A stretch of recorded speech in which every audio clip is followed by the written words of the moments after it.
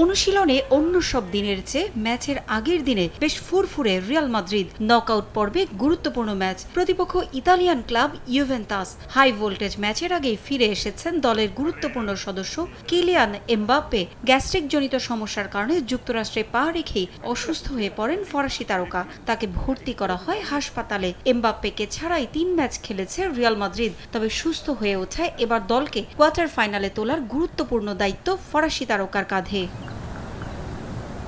ইউরোপের অন্যতম সফল দল রিয়াল মাদ্রিদের এবারের মৌসুমটা কেটেছে শিরোপা ছাড়া। নতুন কোচ শাবি আলোনসো ফিফা ক্লাব বিশ্বকাপের আগে দায়িত্ব নিয়ে দলকে কক্ষপথে ফেরানোর চ্যালেঞ্জ নিয়েছেন। গ্রুপ পর্বে আল হিলালের সঙ্গে ড্র, পাচুকা ও রেড বুল সালজবুর্গকে হারিয়ে 7 পয়েন্ট নিয়ে নকআউট পর্ব নিশ্চিত করেছে রিয়াল মাদ্রিদ। অন্যদিকে গ্রুপ জি থেকে 6 পয়েন্ট নিয়ে রানার্স আপ হয়ে এসেছে ইউভেন্টাস। সামনে কঠিন ম্যাচ, আলোনসোর সামনে চ্যালেঞ্জ শৃঙ্খলা ধরে রেখে ছাত্রদের কাছ থেকে সেরাটা আদায় করে নেয়া। পাচুকা ম্যাচে লাল কার্ড পেয়েছিলেন রাউল আসেন্সিও। নিষেধাজ্ঞা শেষ হলেও এই ম্যাচে তাকে একাদশে রাখছেন না শাবি। তার পরিবর্তে রুডিগারের খেলা নিশ্চিত।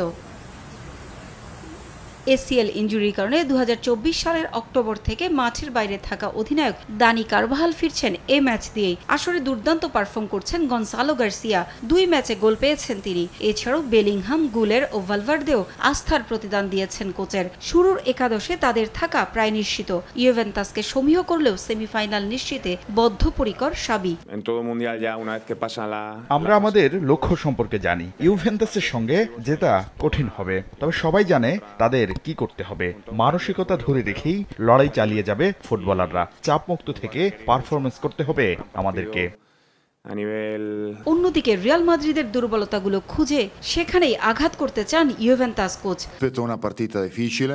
রিয়াল মাদ্রিদ সফল দল, তবে প্রতিটা দলেই কিছু দুর্বল জায়গা থাকে যেগুলো খুঁজে বের করে আমাদের লড়াই করতে হবে। সহজে হাল ছাড়বো না আমরা।